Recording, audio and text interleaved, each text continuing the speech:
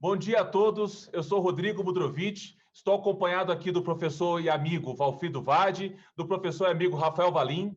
Temos hoje um convidado especial que nos auxiliará na condução dessa entrevista, que é o secretário-geral da Mesa do Senado e conselheiro nacional do Ministério Público, o professor Luiz Fernando Bandeira de Mello, e dando continuidade à nossa série histórica de entrevistas, que tem o título de Presidentes da Redemocratização à Crise da Democracia. Hoje receberemos aquele que foi responsável por uma campanha eleitoral intensa e de muito sucesso e que sagrou-se o primeiro presidente da nossa nova república, eleito por voto direto depois de quase 30 anos de regime militar. Numa eleição em que ele superou nomes históricos e partidos consolidados. Temos conosco hoje, com muita honra, o ex-presidente da República e hoje senador da República, Fernando Collor de Mello. Primeiro presidente eleito pelo povo após a redemocratização, Fernando Collor de Mello é um ferrenho defensor das eleições diretas e faz isso desde antes do nosso próprio texto constitucional de 88, desde 1984.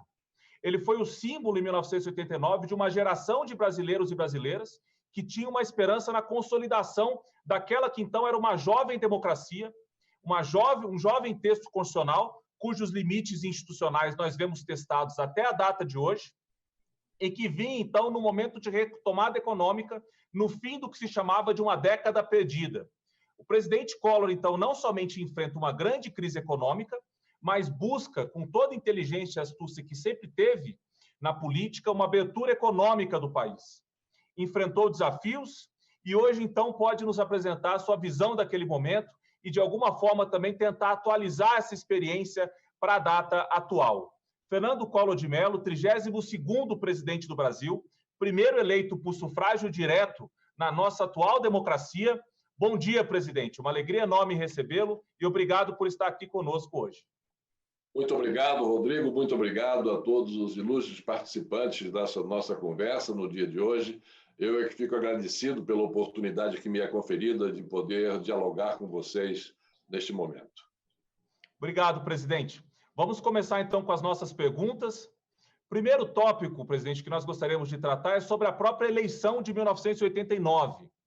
Naquela época, é até curioso resgatar os números, nós tínhamos uma inflação de 4 dígitos. Até para as gerações atuais, é até curioso imaginar como que era a vida em sociedade naquele ambiente. Em 1989, por exemplo, nós tivemos quase 2.000% o dígito da inflação. Nós tínhamos ali o que se chamava de o fim de uma década perdida e o alvorecer de algumas esperanças democráticas que levaram naquela eleição a que 22 candidatos participassem, dentre eles nomes consolidados na política.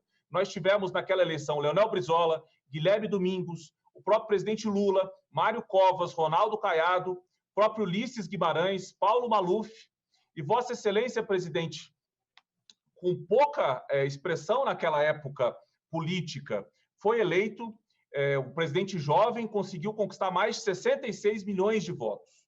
O senhor foi ao segundo turno com o presidente Lula, numa campanha histórica, uma campanha em que Vossa Excelência pautava grande parte do seu discurso a uma crítica à classe política então dominante, e foi então, sagrou-se vencedor, nosso primeiro presidente democraticamente eleito pós-1988. Eu gostaria de ouvi-lo, presidente, primeiramente, sobre o contexto daquela campanha política, como que Vossa Excelência avalia aquele momento e, de alguma forma, se seria possível comparar, porque eu vejo que muitos comparam o papel que Vossa Excelência desempenhou em 1989, naquela eleição, com a última eleição presidencial, se Vossa Excelência entende que é uma comparação correta ou não, e, de alguma forma, que experiências daquela eleição Vossa Excelência entende que são pertinentes de serem relembradas nesse momento atual. Sem dúvida. Muito obrigado. Bom, a eleição foi, como você disse, uma eleição histórica, porque a primeira disputa eleitoral pelo voto direto com a participação popular, depois de quase 30 anos de jejum democrático. Então, foi a eleição da redemocratização. O poder civil assumiu em 1985, como nós sabemos, 1984, 85, mas fazendo a transição democrática.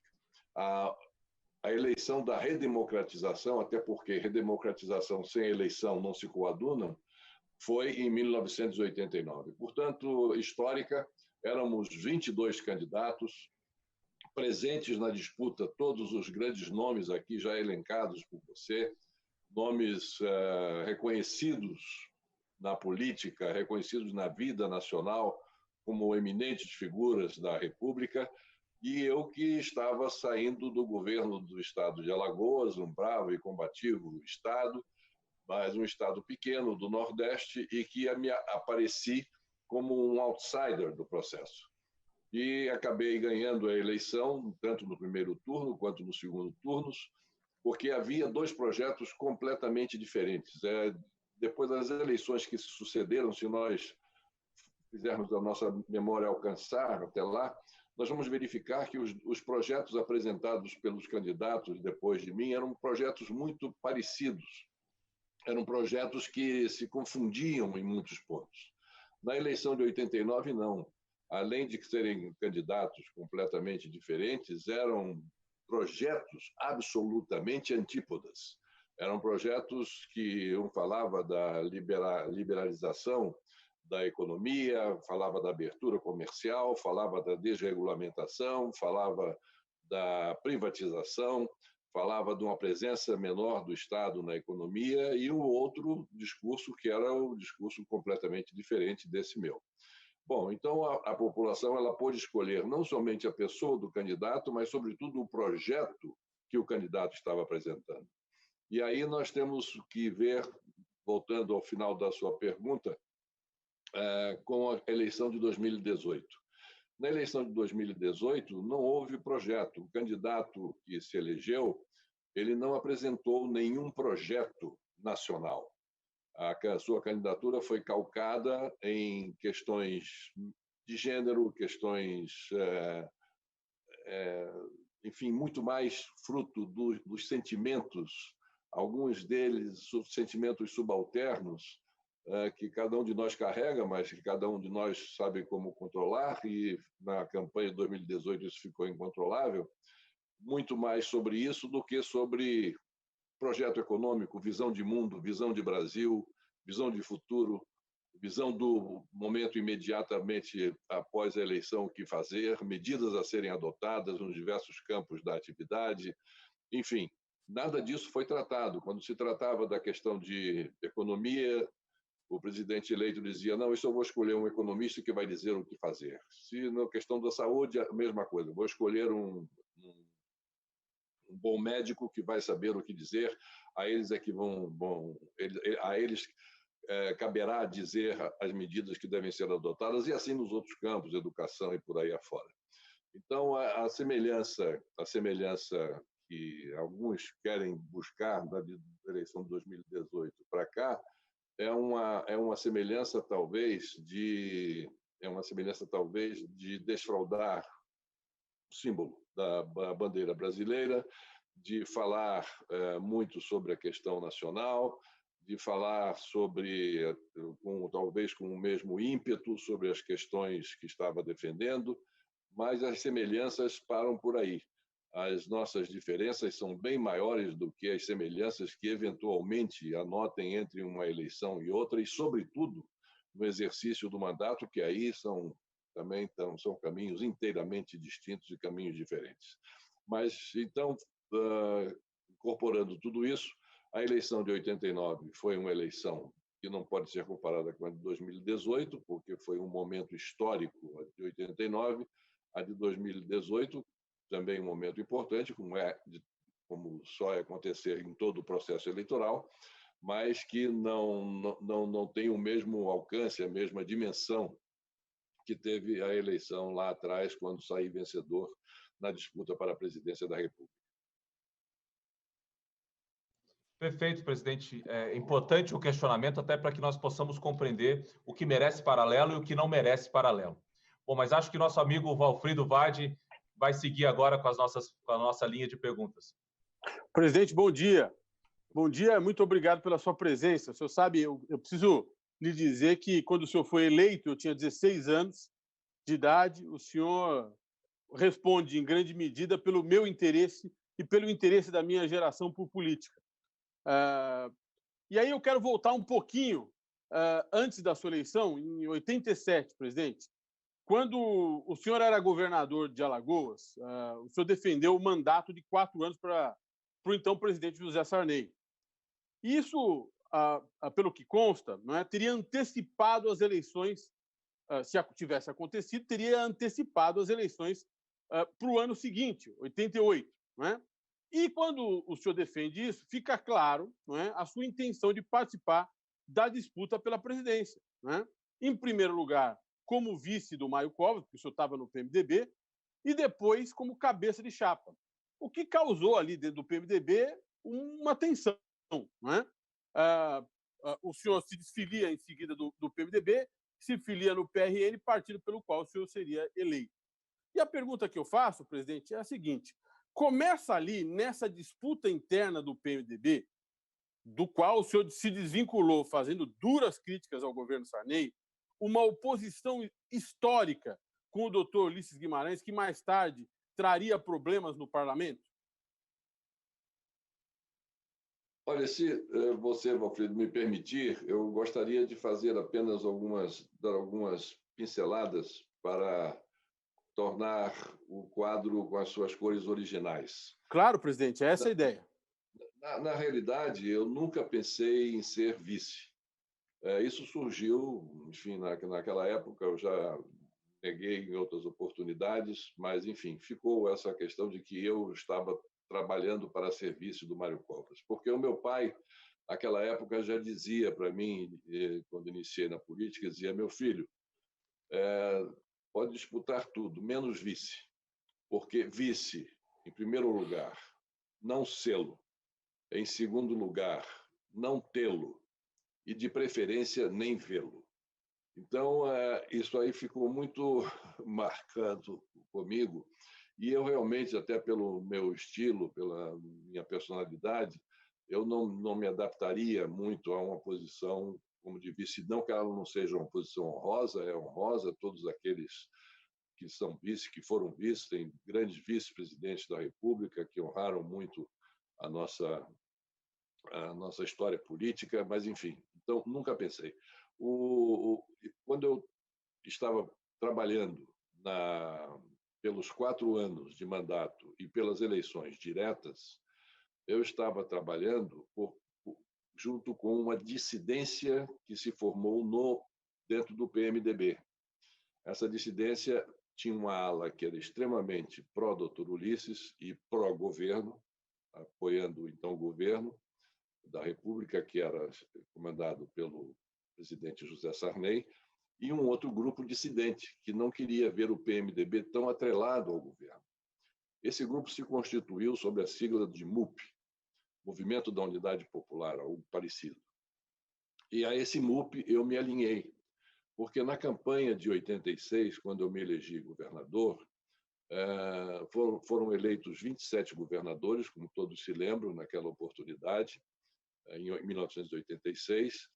Todos os candidatos eram do PMDB, foram eleitos pelo PMDB, menos um, que foi o governador de Sergipe, eleito pelo PFL, mas todos, com exceção do candidato ao governo de Alagoas, todos foram eleitos em apoio ou com o suporte do governo federal, que, à época, tinha uma intenção de voto, tinha uma aprovação, melhor dizendo, de 90% em função do Plano Cruzado. E somente o candidato ao governador de Alagoas, que fui eu, fui candidato de oposição, porque lá em Alagoas o então presidente da República apresentou o seu próprio candidato, que era do PFL. Então, eu já estava na oposição e isso me fez aprofundar ainda mais a oposição ao governo de então, sabendo-se de uma luta muito difícil, porque lutava contra um candidato honrado, uma boa pessoa, e que tinha, além disso, o apoio de um presidente que estava com 90% de aprovação popular. Bom, então, passando isso, quando eu ingressei no MDB, naturalmente, eu me filiei a esse grupo dentro do PMDB que estava em oposição à aproximação do PMDB ao governo. Era um caminho natural. E disso aí houve essa dissidência acabou acontecendo, e dessa dissidência surgiu o PSDB no futuro imediatamente posterior a esse fato. Então, o que eu desejava realmente era fazer com que as eleições acontecessem o mais breve possível. E não imaginava nunca ser candidato a presidente da República, até porque a eleição em 88 eu tinha assumido em março de 1987.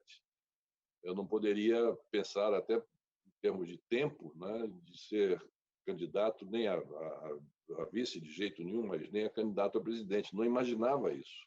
A candidatura a presidente da República surgiu em 1988, no final de 88, numa conversa que eu estava tendo com o então assessor de imprensa meu, que era o Cláudio Humberto Rosa e Silva, e ele é que me alertou: presidente, o senhor tem notado que há um espaço grande aí na política que precisa ser preenchido, e me parece que o seu discurso e a sua postura, com as suas medidas que vêm sendo adotadas à frente do governo, isso aí está se coadunando com o sentimento da nação e tal. Eu falei, não percebi isso ainda, vamos mandar fazer uma pesquisa. E aí mandamos fazer uma pesquisa e realmente apontava mais ou menos esse sentimento que o Cláudio Humberto me transmitiu.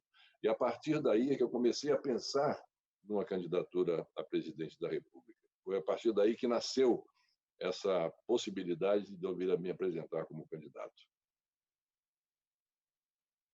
Não sei se faltou alguma coisa, Manfredo. Não, tá perfeito, está perfeito. A única coisa é se esse atrito dentro do PMDB seria, talvez, o germen das dificuldades que o senhor viria a ter posteriormente no parlamento, né? Desculpe, perfeito.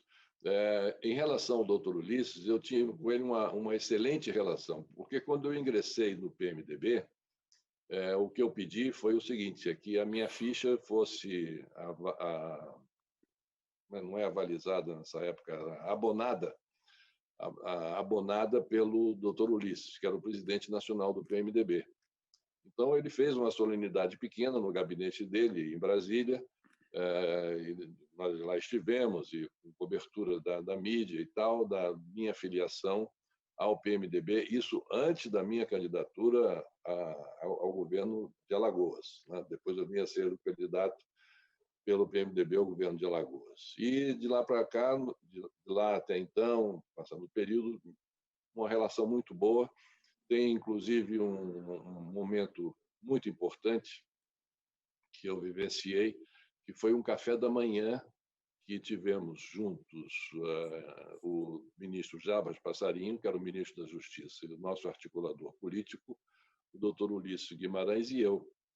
Foi lá naquele período, no começo, quando se falava no impeachment, e nós fomos tomar um café no Alvorada. A meu convite, o doutor Ulisses aceitou, me levou, inclusive, um livro dele com a coletânea dos últimos pronunciamentos que ele havia feito no Senado da República, na Câmara dos Deputados, e com uma dedicatória muito simpática, dizendo: presidente, a democracia é mais forte que tudo isso e tal. Um abraço do Ulisses Guimarães, se referindo que o processo democrático haveria de fazer sucumbir aquele movimento incipiente à época de afastamento do presidente da República.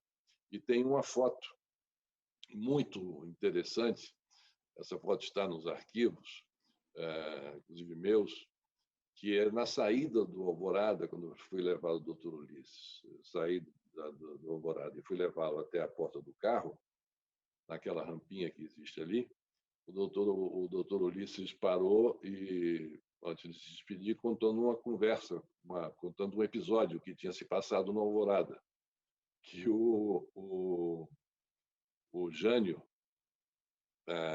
Quadros era presidente da República e o governador, o então deputado federal Antônio Carlos Magalhães, ele estava dormindo a convite do presidente Jânio Quadros no Alvorada. E de repente, à noite, chega, me parece, o Lacerda, e com a mala, e para dormir, né, no Alvorada. Deveria ter recebido o convite do presidente Jânio Quadros. Então, o Antônio Carlos Magalhães, já de pijama, dentro do Palácio do Alvorada, o recebe recebe o Carlos Lacerda e diz: não, você não está previsto de dormir aqui hoje. Não tem nenhuma instrução do presidente para isso. E o Carlos Lacerda chegou e colocou a mala de volta no carro e foi embora para um hotel. Então, nesse momento, aparece o Jarbas Passarinho sorrindo e eu gargalhando. Uhum. Foi tirada uma foto desse instante, né? Então, foi nesse café no fundo desse café, o que eu desejava era ter o apoio do Dr. Ulisses para que o PMDB não entrasse nessa onda do impeachment, né, que estava iniciando naquele momento. E o Dr. Ulisses disse que não, de jeito nenhum, o PMDB não iria entrar nessa aventura, que ele não ia permitir que isso acontecesse e tal, e isso está mais ou menos explícito na dedicatória que ele fez no livro a que eu já me referi naquele momento. Então, a relação era muito boa. Acontece que havia uma briga muito intestina e forte entre o governador de São Paulo, que era o Orestes Quercia, de saudosa memória, e o doutor Ulisses, e o Orestes Quercia já havia assumido a presidência do PMDB.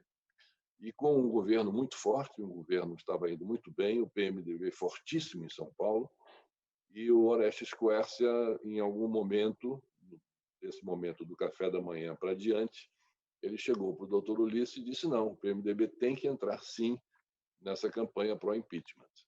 E aí o doutor Ulisses, mas sem fazer nenhum comunicado a nós, nem ao ministro Passarinho, que foi o interlocutor e a pessoa que fez o convite, transmitiu o convite meu para que ele estivesse tomando café naquele dia conosco, ele não teve iniciativa de dar nenhum telefonema, de avisar nada. Quando eu soube, já era um discurso do doutor Ulisses dentro da Câmara, dizendo que o MDB, enfim, um discurso adaptado àquele momento de muita comoção, e que o MDB estaria, enfim, dentro do processo a favor do processo de afastamento do então presidente da República.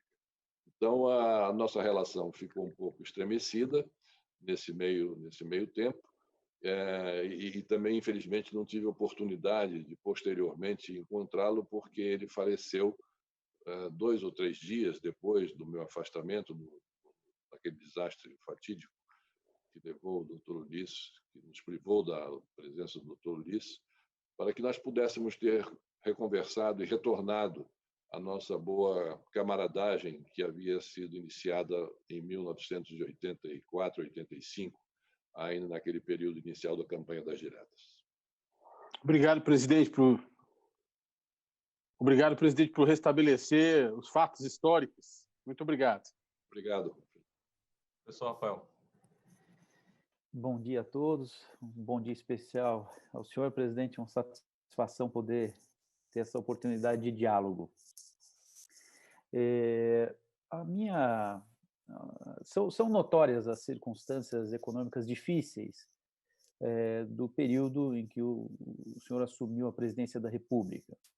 E, recentemente, 30 anos depois do famoso confisco da poupança e das contas correntes, que foi operada lá pelo governo do senhor, houve um pedido de desculpas do senhor, né? E eu gostaria de convidá-lo a nos dizer quais as razões que levaram a esse pedido de perdão ao povo brasileiro pelo confisco à época. Bom, também esse é um outro que eu, com a sua permissão, me permitiria fazer alguma regressão e digressão sobre o assunto. Na realidade, meu pedido de desculpas, ele já não foi de agora, ele já vem de algum tempo. Já de algum tempo, sempre quando se fala no que se convencionou chamar de confisco da poupança, que na realidade foi o bloqueio, e não somente da poupança, mas de todos os ativos, foi uma coisa bem mais dura e bem mais ampla do que simplesmente em relação à poupança, eu sempre venho me penitenciando pelos efeitos que essa medida teve e pelo sofrimento que ela trouxe milhares de pessoas, a milhares de brasileiros. Realmente, eu peço desculpas e venho pedindo desculpas ao longo do tempo. O que foi diferente aí, Daniel, foi que, pela primeira vez, eu fiz por uma rede social, porque eu fiquei impressionado nesse período de quarentena, quando eu retornei, não digo nem retornei, quando eu ingressei no diálogo pelas mídias sociais com a população, eu fiquei impressionado com a capilaridade que essa ferramenta tem. Fiquei impressionadíssimo com a curiosidade das pessoas em relação a vários fatos ocorridos no meu governo, em relação à minha pessoa, e, enfim, e com um número de seguidores que aumentava assustadoramente a cada semana. E notei também que grande parte das perguntas que me faziam se referiam, essas perguntas, à questão do que se convencionou chamar o confisco da poupança. Então, eu, respondendo a um, respondendo a outra, centenas, e pedindo as desculpas, aí eu fiz um tweet falando do perdão que eu estava pedindo a todos os internautas que estavam participando daquele processo e, por extensão, a população brasileira, mais uma vez, ratificando o que eu já havia dizendo ao longo do tempo, o meu perdão pelo sofrimento que causou essa medida. Então, isso teve uma divulgação, por isso teve uma divulgação muito grande, né? Alguns jornais disseram, pela primeira vez, Collor, 30 anos depois, Collor pede desculpas e tal. Até um dos jornais que deu esse título, essa manchete, na sua edição do dia seguinte ao meu tweet, ela própria dá no corpo da matéria, mas ele já tinha pedido desculpas e tal, no ano tal, assim assado, numa entrevista dada a um órgão de imprensa, enfim.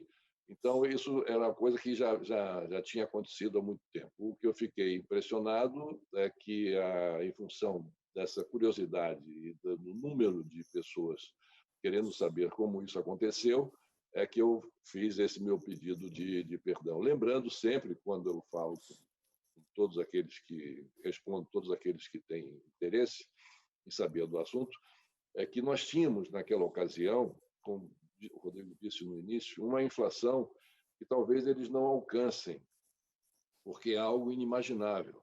Quando eu assumi, a inflação estava em 80% ao mês, quer dizer, que dava 2.000 e tantos por cento, como disse o Rodrigo, ao ano. Então, 80% ao mês talvez fique mais próximo da possibilidade das pessoas compreenderem o que isso significa. Então, aí você explica, olha, você tinha R$100 hoje no bolso, daqui a 30 dias, esses seus R$100 valiam 20. Ou seja, era assim que a inflação atingia o bolso da população de um modo geral e, sobretudo, da população mais necessitada. Além disso, quando nós resolvemos e decidimos que iríamos também fazer, porque a poupança estava fora do nosso projeto, na questão do bloqueio dos ativos. A poupança ela ia ficar incólume. O que nos fez colocar a poupança dentro do bloqueio foi que os grandes especuladores, aqueles que faziam das aplicações do overnight o seu modo de vida, o seu ganho de vida, eles estavam todos correndo para a poupança e para a conta corrente, achando que nós não iríamos alcançar nem a conta corrente, nem a poupança.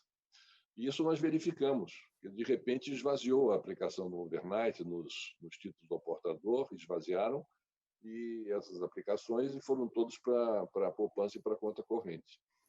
Quando nós imaginamos, então, ter que fazer o bloqueio dos recursos na conta corrente, nós pedimos um levantamento ao Banco Central de então, que era o Banco Central do governo que estava por terminar, e nos veio um relatório com o perfil do poupador da caderneta de poupança à época. Então, o perfil do poupador da caderneta de poupança era que 70% deles tinham de 50 mil abaixo. Do número total de depositantes na caderneta de poupança, 70% tinham depositados 50 mil, na época, cruzados novos para baixo. E somente 30% tinham o restante. Então, por isso é que nós estabelecemos o limite dos 50 mil, para nós preservarmos aquela população, aqueles pequenos poupadores e aquela população de uma menor renda. Daí é que surgiu a questão dos 50 mil reais, dos 50 mil cruzados novos, que aí as pessoas disseram que havia sido feito um sorteio, quando não foi nada disso. Isso é uma decorrência enfim, da maledicência das pessoas, mas foi feito em função desse estudo feito pelo Banco Central. E daí o meu pedido de desculpas, o meu pedido de perdão é que deu essa divulgação, que parece que foi houve um certo ineditismo nesse pedido, mas que não, já havia sido pedido há muito tempo. Muito obrigado. Professor Modrovic, professor Valim, posso fazer um arremate? Porque essa questão é muito interessante. Presidente, só para circunstanciar esse fato, é verdade o que dizem alguns historiadores de que um projeto econômico que envolvia confisco já havia sido urdido pelos responsáveis pelo projeto econômico do candidato do PMDB. No segundo turno das eleições, quando o PMDB não vai para o segundo turno, esse projeto deita sobre a mesa do presidente Lula, do então candidato Lula, e quando ele perde, aí sim a ministra Zélia Cardoso começa a cogitar fazê-lo, porque seria necessário, parecia necessário aos melhores economistas da época diminuir a circulação de dinheiro no mercado. É essa a história? Ou seja, não era apenas... Era quase que um consenso entre economistas. Exatamente isso. Essa é a palavra, o termo correto. Naquela ocasião, da campanha eleitoral ainda, as equipes econômicas que auxiliavam os principais candidatos em disputa, todas essas equipes tinham na cabeça que a solução para resolver a questão da inflação passaria primeiro por um congelamento de preços. Congelamento de preços, no entanto, com excesso de liquidez na economia, não daria certo, porque esses recursos iriam todos com os preços congelados para o consumo de bens duráveis e não havia condições da indústria atender a essa demanda. E nós teríamos, então, uma outra inflação, uma inflação com um sinal contrário, inflação pela demanda. Então, todos tinham na cabeça, todos os membros, integrantes das equipes que auxiliavam os principais candidatos na área econômica, tinham isso como um consenso, embora não se falassem entre si, mas todos tinham isso. E, no nosso caso, houve um fato emblemático, que dias depois do programa econômico sendo lançado, isso relato da Zélia, e foi, inclusive, colocado na imprensa, no dia 19, eu tenho esse dia em que foi divulgado essa notícia. No dia 19 de março, eu também posso, no dia 15, uma visita do economista Luísio Mercadante, um prócer emérito do Partido dos Trabalhadores, que, visitando a ministra da Economia, Zélia Cardoso de Mello, disse a ela o seguinte: Zélia, esse era o programa dos nossos sonhos. Só que, se fôssemos nós os eleitos e nós aplicássemos esse programa, no dia seguinte nós estaríamos fora do governo. Então, essa era uma maior demonstração do que nós não poderíamos ter. Quer dizer, do próprio, por ser o PT, o partido do candidato, que no segundo turno, disputando comigo, não logrou êxito. Então, ele próprio reconhecendo que aquela era uma saída, e de um candidato inteiramente de oposição a tudo aquilo que eu pregava. De modo que realmente isso aconteceu, mas dessa forma, e o consenso realmente existia dentre todos aqueles que participavam da elaboração do programa econômico dos candidatos de então, dos principais candidatos, pelo menos. Obrigado, presidente. Desculpa, professor Modrovic, essa interferência. De forma alguma, Valfrido, acho que a reconstrução do consenso, eu penso que é muito importante, porque ela mostra o bastidor do momento e acho que permite à geração atual que compreenda melhor o que levou àquele movimento, que não é uma iniciativa individual, mas um império da necessidade do que se passava naquela situação. Bom, professor Luiz Fernando Bandeira, se puder começar agora com as suas intervenções, por favor, e obrigado mais uma vez por ter vindo.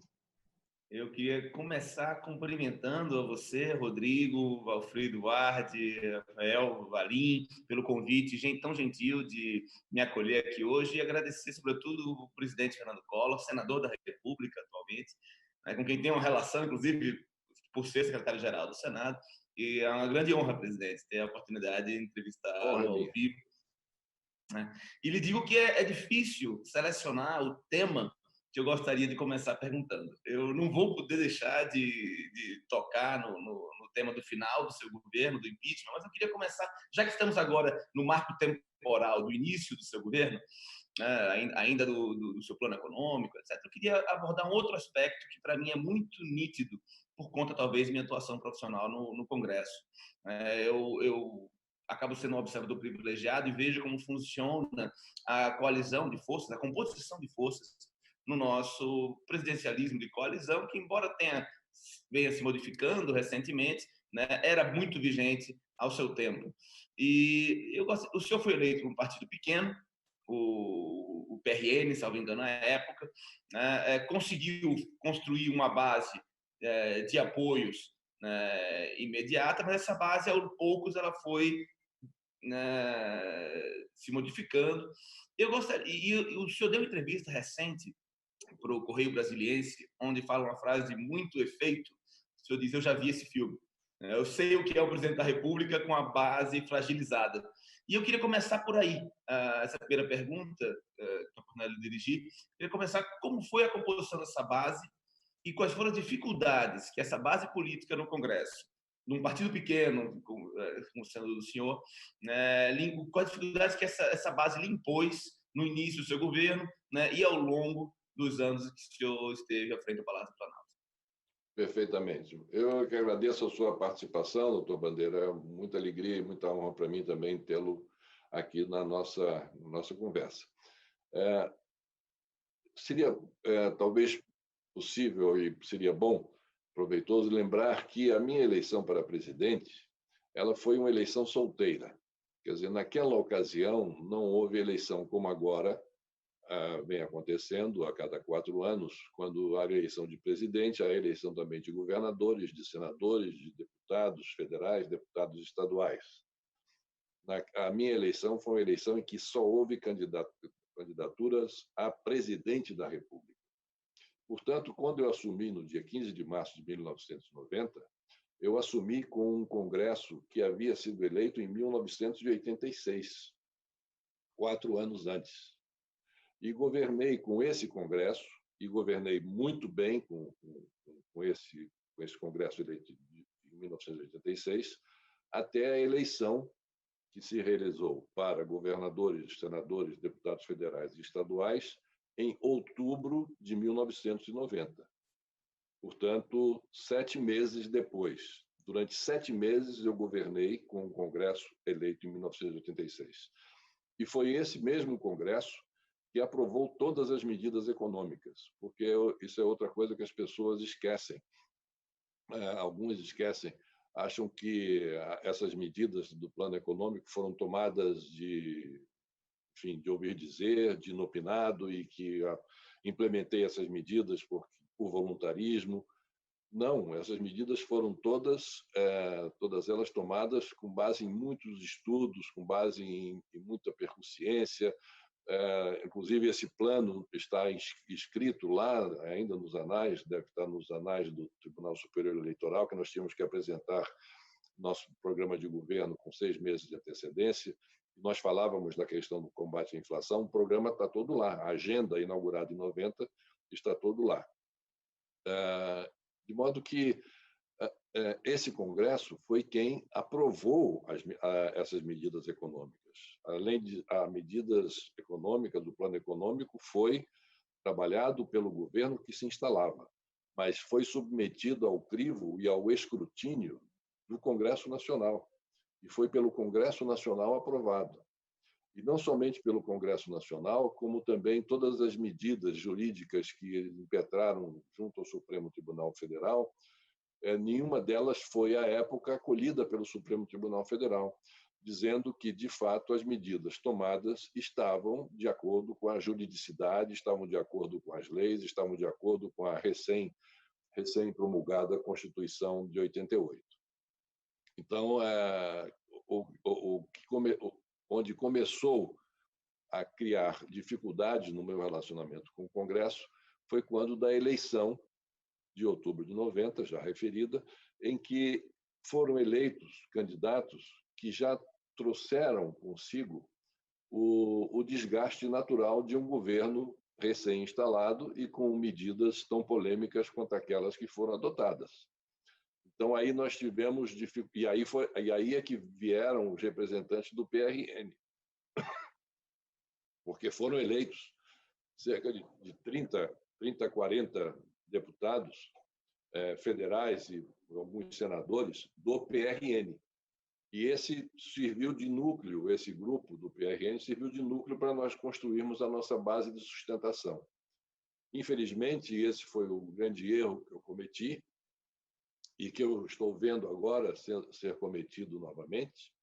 E isso é que vem a frase, a expressão citada pelo Dr. Bandeira, de que esse é um filme que eu já vi, isso eu já vivi, e não gostaria de ver esse filme novamente, em função dessa falta de preocupação que eu tive de tentar uma maior aproximação com o Congresso e de construir a minha base de sustentação, que me permitisse não somente a governabilidade, mas que me desse também a solidariedade pessoal dos integrantes do Congresso, a solidariedade pessoal ao presidente da República, além do apoio institucional que eles viessem a me conceder em função de um melhor diálogo, de um melhor entendimento, que não houve na minha época.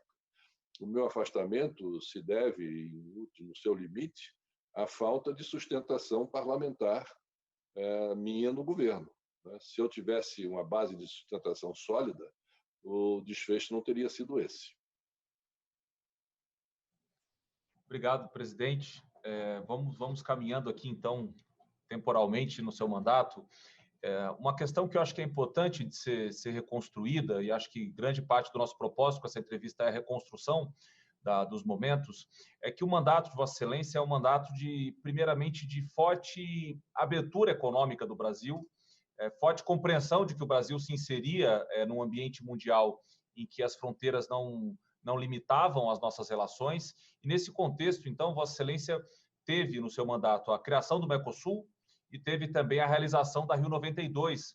E a Rio 92, quando nós olhamos para trás, nós percebemos que tivemos mais de 200 líderes mundiais aqui no Brasil. É um marco que até hoje é referido quando nós discutimos, por exemplo, mais recentemente o Acordo de Paris. Enfim, ele abre um protagonismo maior do Brasil em termos geopolíticos. Então, a pergunta que eu gostaria de fazer a Vossa Excelência é como Vossa Excelência avalia no seu governo a política exterior e de que forma o senhor entende que isso contribuiu para o que se sucedeu nos governos seguintes dos demais presidentes que vieram em termos de política exterior e em termos de relevância internacional do nosso país. O Brasil, Rodrigo, naquela época, estava muito isolado do restante do mundo, né? Não somente por essas políticas que você já citou, mas também porque nós estávamos vivendo um período de moratória da dívida externa, ou seja, o Brasil deixou de pagar a sua dívida externa unilateralmente, e com isso criou inúmeras dificuldades no relacionamento com o sistema financeiro internacional, traduzindo no dia a dia linhas comerciais que foram cortadas, falta de financiamento, enfim, e nós saímos do radar do interesse internacional. Então, quando nós assumimos, um dos compromissos era de retomar, de iniciar a negociação para o pagamento da dívida externa, o que foi feito, que foi concluído dentro do meu governo, e com isso nós nos reintroduzimos no sistema financeiro internacional. Além disso, nós tínhamos dificuldades na questão ambiental. E aí foi realizada a Conferência Rio 92, como você citou, que foi o benchmark de toda a política ambiental mundial, até hoje. Quando foi tratado pela primeira vez da questão das mudanças climáticas, quando foi tratada da questão da biodiversidade, enfim, o presidente americano, apesar de pressionado muito fortemente dentro dos Estados Unidos para não comparecer e não assinar os tratados que vieram a ser assinados, ele acabou vindo, veio inclusive num período que era do seu aniversário, por isso que eu tenho até hoje a data de nascimento e a comemoração do aniversário do presidente George Bush pai, que é 12 de junho, que nós fizemos inclusive um jantar para ele, com a presença do governador Leonel Brizola, do Rio de Janeiro, lá no Palácio Laranjeiras, no Rio. Então, além da questão da Rio 92, teve um outro ponto muito importante na questão da nossa reinserção no plano internacional, que foi o fim da aventura atômica, porque havia uma disputa, como nos lembramos, entre a Argentina e o Brasil para saber qual dos dois países primeiro chegaria ao conhecimento da fissão nuclear que permitisse a construção de um artefato atômico. E isso foi colocado um ponto final no entendimento meu com o presidente Menem da Argentina, em que nós colocamos abaixo toda a possibilidade de construirmos artefatos atômicos e banimos do nosso continente, sobretudo a partir do Cone Sul, a produção, fabricação de bombas químicas e bacteriológicas, né? Em terceiro lugar, a questão da proteção às populações, à população indígena no Brasil, que foi isso inserido dentro do capítulo dos direitos humanos, o que era algo que precisávamos fazer, não é? Dentro do capítulo dos direitos humanos, retomarmos isso de uma forma mais forte, mais veemente, mais visível. Isso se foi feito por intermédio do apoio às populações indígenas, com a demarcação das terras, enfim. Depois disso, as próprias medidas econômicas, a abertura comercial. Porque o Brasil era um país fechado, era um país que não tinha relação com o restante do mundo. Então, com a quebra das reservas de mercado, com a abertura comercial e com a demonstração que nós estávamos dando de uma forma também unilateral, de que nós queríamos nos mostrar como parceiros confiáveis do sistema internacional, isso teve um muito bom efeito e a abertura comercial está aí, os seus resultados para demonstrar a positividade das medidas que foram adotadas. Está aí o telefone celular, que a campanha de 89 presidencial, nós fizemos sem telefone celular. Vocês imaginam hoje uma campanha presidencial se fazer no Brasil sem o telefone celular? Hoje, o jovem, qualquer pessoa, não sai do seu celular, é como se fosse uma peça do vestuário. Não sai de casa sem que tenha um celular na mão. A questão dos computadores, novos computadores, a questão dos veículos, né? Quando eu chamei os veículos então de carroças, isso incentivou ainda mais a modificação do padrão de construção, de fabricação de veículos automotores aqui no Brasil. Enfim, uma série de outras medidas que veio aí também o Código de Defesa do Consumidor, veio a Lei Cultural, a Lei Rouanet, veio a Lei do Estatuto da Criança e do Adolescente, enfim, várias medidas que foram adotadas, né, e que serviram realmente para que o Brasil se reinserisse no mundo, que voltasse a ser considerado, e que na nossa política externa houvesse o exercício do soft power. Não era o exercício da imposição, pela força, mas sim do diálogo, da busca do consenso, da busca do entendimento. O Brasil sendo sempre considerado como, graças a Deus, ao final do meu governo, já existia essa retomada dessa prática diplomática nacional brasileira, de ser um país sempre disposto a ter a figura de garante numa disputa entre países, na questão de fronteiras ou numa questão comercial, enfim. O Brasil passou a ser, na sua diplomacia, visto como um país no polo positivo, um país a quem sempre se poderia recorrer nos organismos multilaterais para ser um intermediador, para ser aquele conciliador de qualquer discordância que estivesse havendo entre atores naquele momento. Obrigado, presidente. Valfrido. Presidente, eu gostaria de prosseguir um pouquinho nessa questão da política externa, porque eu acredito que o seu governo foi, de fato, um divisor de águas. Os Estados Unidos observavam intensamente a transição democrática no Brasil sob o receio de perder sua hegemonia na América do Sul. A troca de correspondência diplomática dessa época entre a Embaixada Americana no Brasil e o secretário de Estado daquele momento, o Lawrence Eagleburger, contam, num primeiro momento, a surpresa pelo fato do senhor estar em primeiro lugar nas campanhas. Eles usam a expressão "a dark horse comes to the fore", ou seja, o azarão vem por fora. E depois que o senhor se tornaria o candidato preferido, né, da Casa Branca, sob a esperança de que derrotasse Lula e Brizola.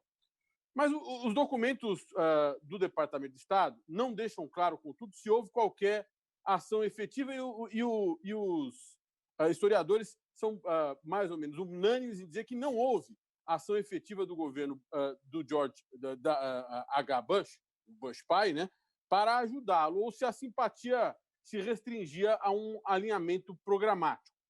De todo modo, as políticas liberais do seu governo quebraram o paradigma nacional desenvolvimentista do regime militar e aproximaram o Brasil dos Estados Unidos. Como o senhor mesmo disse, e até onde eu sei, houve um encontro do senhor com o presidente Bush em 90, né? Em 91 o senhor faz uma viagem diplomática aos Estados Unidos, encontra o presidente Bush, e em 92, quando ele vem falar na Rio 92, né? Que também foi uma grande vitrine internacional do seu governo, e há até mesmo um relatório da CIA sobre esse momento, né? A Agência de Inteligência Americana produziu um documento de 15 páginas intitulado Perspectivas sobre o presidente Collor na véspera da cúpula do Rio. Esse título está disponível na internet, no sistema FOIA da CIA, e traz uma avaliação do governo brasileiro no fronte interno. Entre aspas, eles dizem o seguinte: Collor deverá continuar conquistando vitórias significativas na privatização de empresas. Ainda que o mesmo documento demonstre uma preocupação em relação ao Planalto no seu relacionamento com o Congresso. E diz o seguinte: há entre 40% e 45% de chance de o parlamento não aprovar as partes mais críticas do pacote legislativo neste ano. A pergunta que eu lhe faço, presidente, é o seguinte: o senhor vê semelhanças e diferenças entre a sua política externa de aproximação com os Estados Unidos e a que hoje é traçada pelo presidente Bolsonaro? Bom, a resposta, assim, de imediato é não vejo nenhuma coincidência. Até porque eu gostaria de aproveitar esse momento e fazer uma revelação que está no meu livro, já escrito, já concluído, mas não publicado. Isso eu acho que vai ficar para os pósteros, né?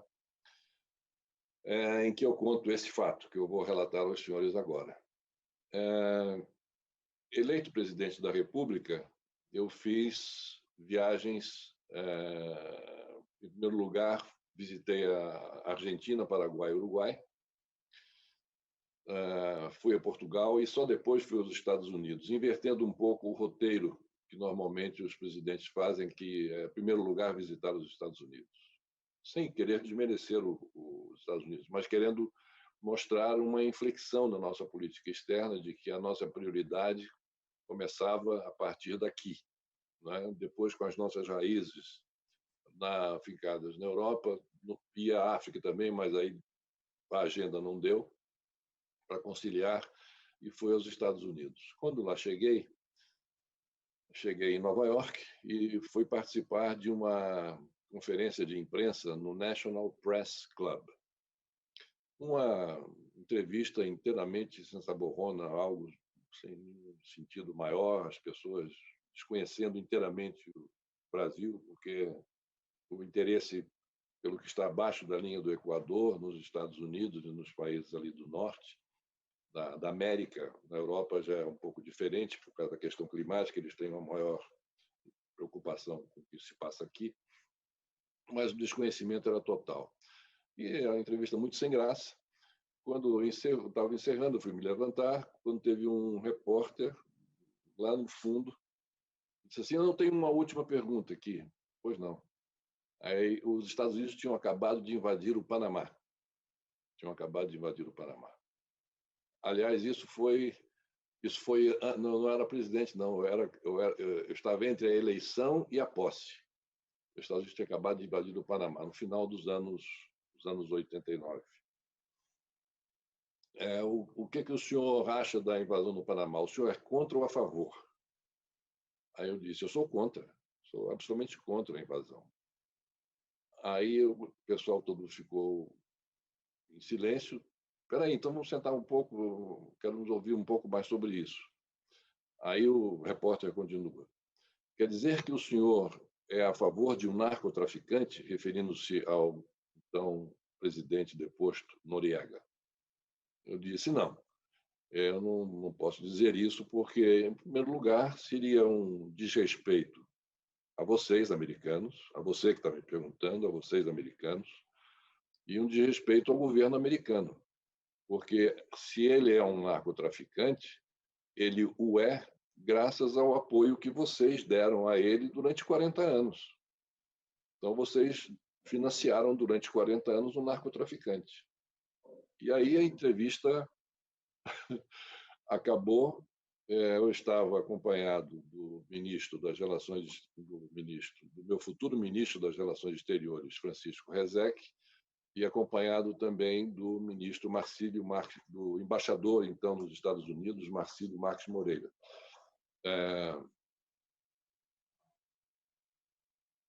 Do embaixador Marcílio Marques Moreira, embaixador nosso em Washington. E quando eu saí, fui ao encontro deles, e indo ao encontro deles, eles disseram, preocupados com a minha resposta, disseram, temos que aguardar, que a qualquer momento pode haver um telefonema da Casa Branca cancelando a audiência que está marcada para amanhã, no dia seguinte. Bom, não sei, não podemos fazer nada, se desmarcar, está desmarcado, enfim. Mas não foi desmarcado. Nessa noite nós viajamos para Washington, não pudemos ir de avião porque nevava bastante, fomos de trem e chegamos em Washington no dia seguinte, na hora marcada, aprazado, estávamos lá sentados no Salão Oval esperando o time brasileiro, o time americano, de um lado e do outro, faltando a chegada do presidente Bush. Quando o presidente Bush chega,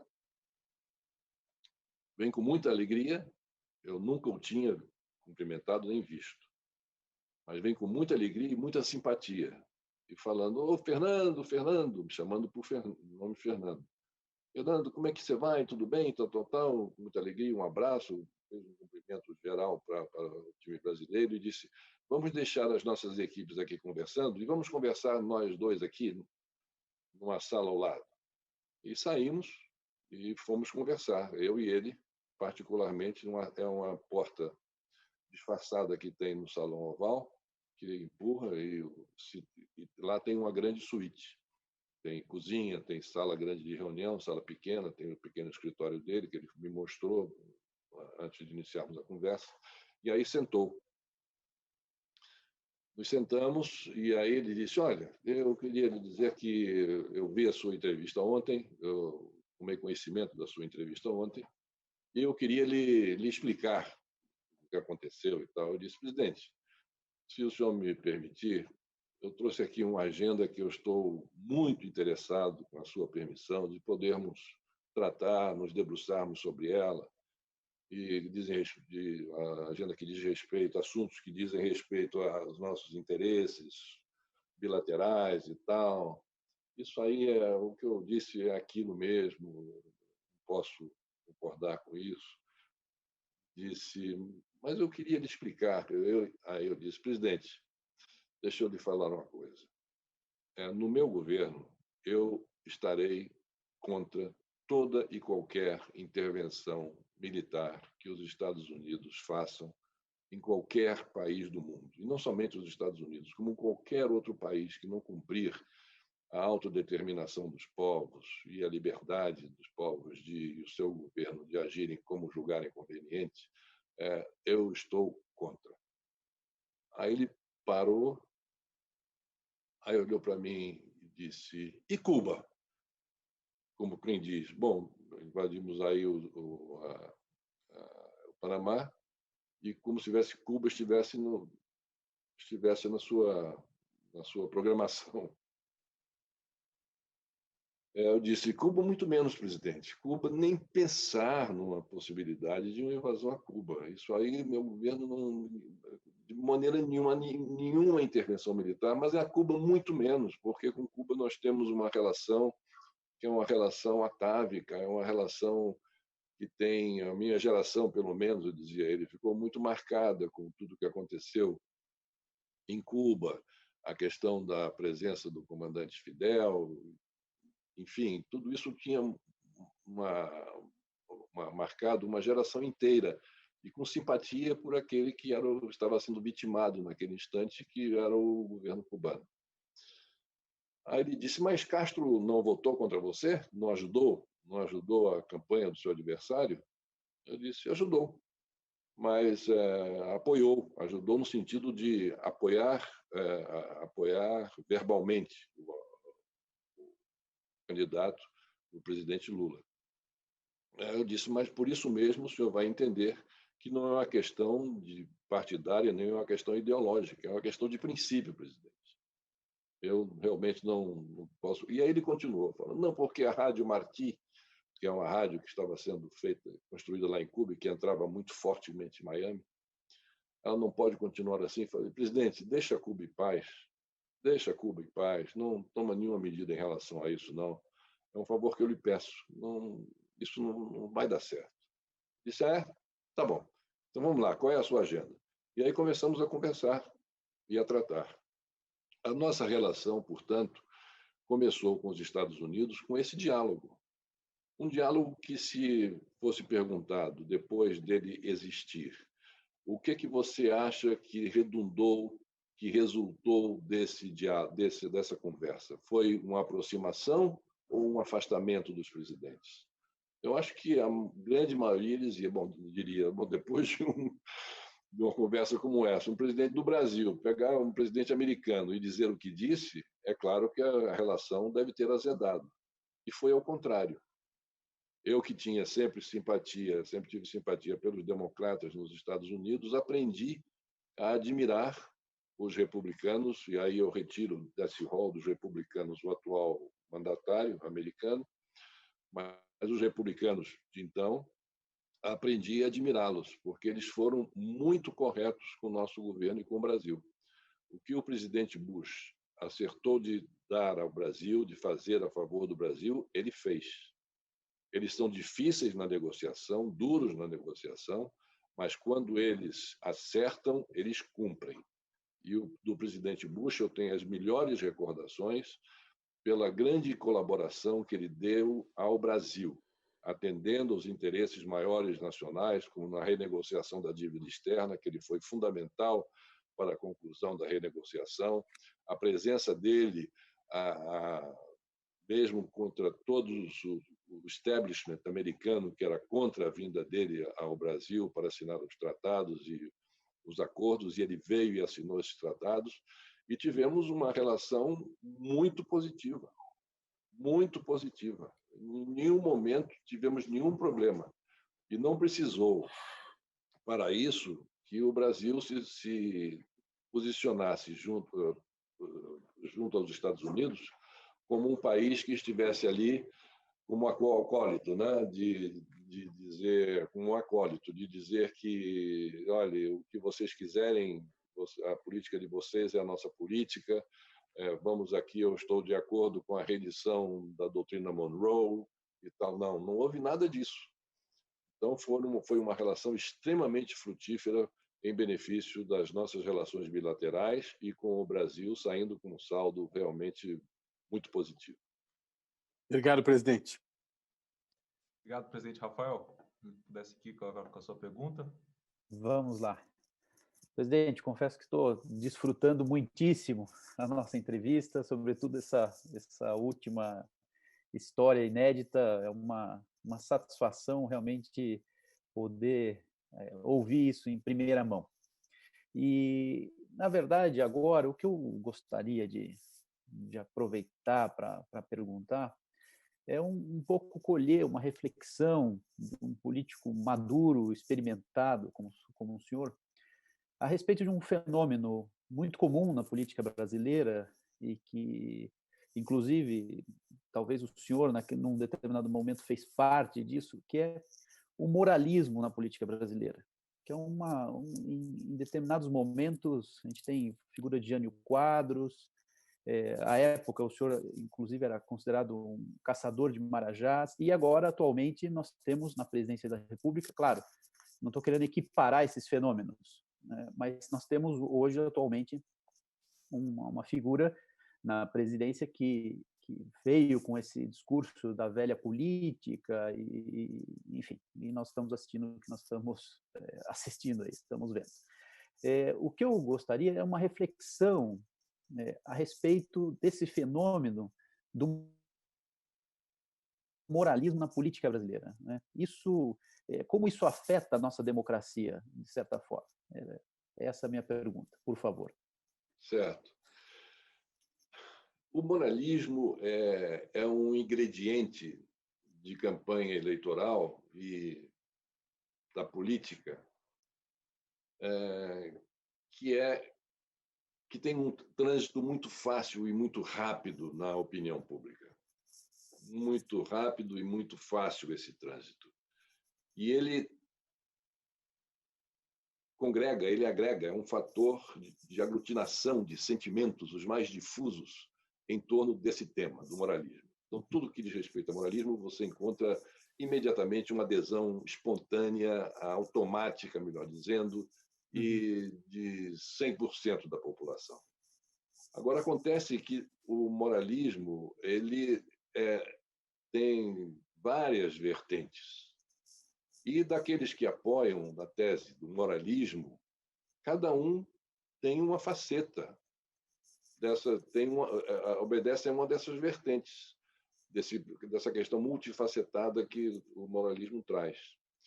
E no momento em que a pessoa que traz essa mensagem é o eleito, sobretudo quando essa é a mensagem principal, ela fica refém. E ficando refém desse moralismo para atender todas essas vertentes, ele, no primeiro momento em que resvala em uma dessas vertentes, por mais fora do contexto do que seja moralismo, esteja na conceituação que nós temos, mas a população ela varia bastante na sua interpretação quanto ao moralismo. Na primeira vez que há um escorregão numa dessas vertentes, a pessoa passa a ser penalizada. Então, eu acho que o moralismo, eu diria melhor que a questão ética, sim, fundamental que se coloque numa discussão política, numa campanha eleitoral, a questão ética, a questão de parâmetros éticos na administração. Mas quando a gente reduz isso a um moralismo, né, todos esses ismos, a gente tem que ter um certo cuidado. Quando se restringe ao chamado moralismo genérico, isso traz realmente dificuldades e não faz bem à democracia. Não é bom para a democracia, porque é por aí que se começa a dilapidar as bases de sustentação de um governo eleito pelo processo democrático, e sempre começa por aí algumas rachaduras e que, se não forem rapidamente consertadas, levam a debacle. Muito bem. Obrigado, presidente. Obrigado, professor Rafael. Agora, professor Bandeira. Presidente Lolo, eu vou me permitir agora tocar num assunto que talvez seja menos confortável, mas eu sei que o senhor já tivemos a oportunidade de conversar a respeito dele, e eu gostaria de, com demais colegas e com a audiência, fazer-lhe duas perguntas que são relacionadas ao processo de impeachment, né? O senhor, eu preciso perguntar isso porque o senhor é o único brasileiro que participou dos dois impeachments havidos no Brasil sob a égide da Carta 88. O primeiro na condição de presidente da República e o segundo na condição de juiz, enquanto senador, né, da República. E pôde vivenciar, né, em virtude disso, as idiosincrasias desse processo, né, de ambos os lados.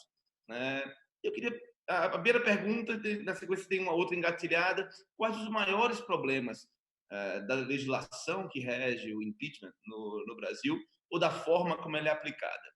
E a segunda pergunta, em 2016, o senhor fez um célebre discurso proferido na sessão de admissibilidade do processo de impeachment da então presidente Dilma Rousseff. Naquela ocasião, ela ainda era presidente da República, foi uma sessão de 20 horas no Senado em que ela foi afastada, processo pelo qual o senhor havia passado em 92. Eu estava lá e vi o plenário em absoluto silêncio para ouvi-lo, sua fala já foi tarde da noite, né? E, no entanto, o plenário silenciou, como poucas vezes eu vi, para poder ouvir o senhor falar naquele momento do impeachment. Até então, o senhor não tinha colocado a sua posição pessoal, o seu voto, como pretendia votar.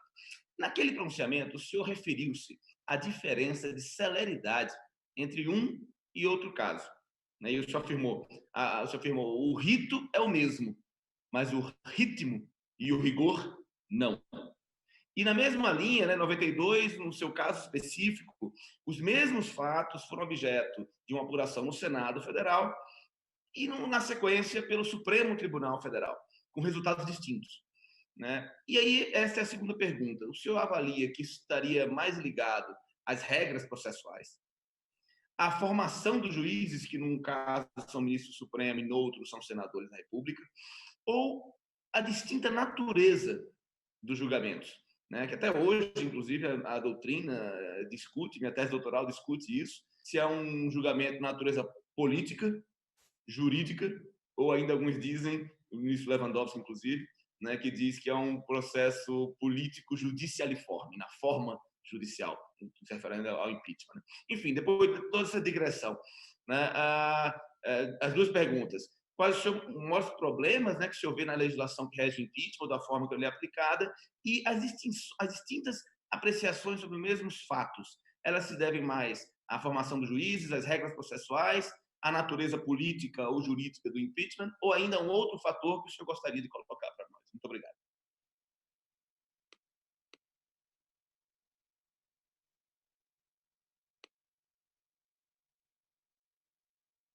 A Constituição de 1988, quando de sua promulgação, ela não trazia no seu bojo nenhum artigo que se referisse a um eventual afastamento do presidente da República e sobre que regras isso se daria. Ela era silente em relação a esse fato. Tanto assim é que o ex-presidente Sarney, à época presidente, teve um pedido de abertura de processo de impeachment enviado à Câmara e que foi determinado ser arquivado pelo então presidente em exercício da Câmara dos Deputados, deputado Inocêncio Oliveira. Baseado esse despacho dele no fato de que a Constituição Federal de 88 não previa em nenhum dos seus artigos, não havia nenhum dispositivo que previsse como se daria o afastamento de um presidente da República. Bom, isso foi em 88, final de... não, 89 já, final de 88, 89, tenho que confirmar isso, por favor. Mas foi ali já no final do governo Sarney. Bom, eu tomei posse com essa mesma Constituição e que não tratava dessa questão do impeachment. O que aconteceu?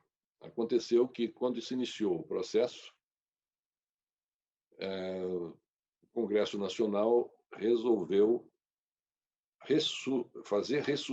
ressuscitar uma lei, a 1079, de 1950, que tratava do processo de impeachment e introduziu essa lei ressurrecta dentro do corpo da nossa Constituição. Ou seja, em função de um processo que já se iniciava de querer se afastar o presidente da República. E aí se demonstra, mais uma vez, que o processo de impeachment ele não é um processo jurídico. Ele é um processo essencialmente político, com uma vestimenta de juridicidade, mas que só serve de enfeite, só serve para dar ares de que há um componente jurídico importante que referenda aquilo que parece ser um movimento político, uma ação política, mas não consegue disfarçar. O impeachment é uma ação eminentemente política. E, de forma política, ele é decidido. Temos aí a questão da comparação entre os dois processos de afastamento. Aquele ao qual eu fui submetido e o outro ao qual foi submetida a presidente Dilma. São dois processos completamente diferentes. E aí eu retomo o que disse o doutor Bandeira, como eu afirmei nesse pronunciamento meu, na época do afastamento da ex-presidente, de que o ritmo, o rito era o mesmo, mas o ritmo e o rigor que se aplicou no meu caso, estava se aplicando ao dela, eram completamente diferentes. Inclusive, no meu rito, o Supremo Tribunal Federal decidiu lá atrás, quando houve um recurso ao Supremo Tribunal Federal, que caberia à Câmara dos Deputados estabelecer o rito sobre o qual ocorreria o processo de impeachment. Então, coube ao presidente da Câmara estabelecer o rito. Em 2016, no processo de 2000 do afastamento da presidente Dilma, o Supremo, ele próprio, decidiu qual o rito, estabeleceu o rito no julgamento do Senado. Então, já aí houve uma discordância, e aí vem também a referência que faz. É uma decorrência do momento, é decorrência da política, decorrência da cabeça dos juízes que, no momento, estão no exercício das suas funções como magistrados da mais alta corte de justiça do país. Isso também tem sua importância, a sua influência muito grande. E eu deixei aqui, porque sabia que a pergunta do impeachment ia passar, e eu tenho elencados 17 mudanças no rigor e no ritmo que foi dado a um processo, o meu e o da presidente Dilma. Então, vou reduzir isso a 5 e peço a permissão dos senhores para ler. Em 2015, passaram-se 92 dias entre a apresentação da denúncia e o seu acolhimento pelo presidente da Câmara dos Deputados. Isso em 2015, Dilma. Então, foram 92 dias entre a apresentação da denúncia e o seu acolhimento pela presidência da Câmara. Em 1992, a denúncia foi acolhida no mesmo dia em que foi apresentada. No meu caso, a denúncia chegou à presidência da Câmara e a presidência da Câmara imediatamente deu acolhimento, diferente da 2015, que demorou 92 dias. Em 2015, sempre quando eu leio, então, 2015, vamos entender o processo da presidente Dilma e 92, o meu.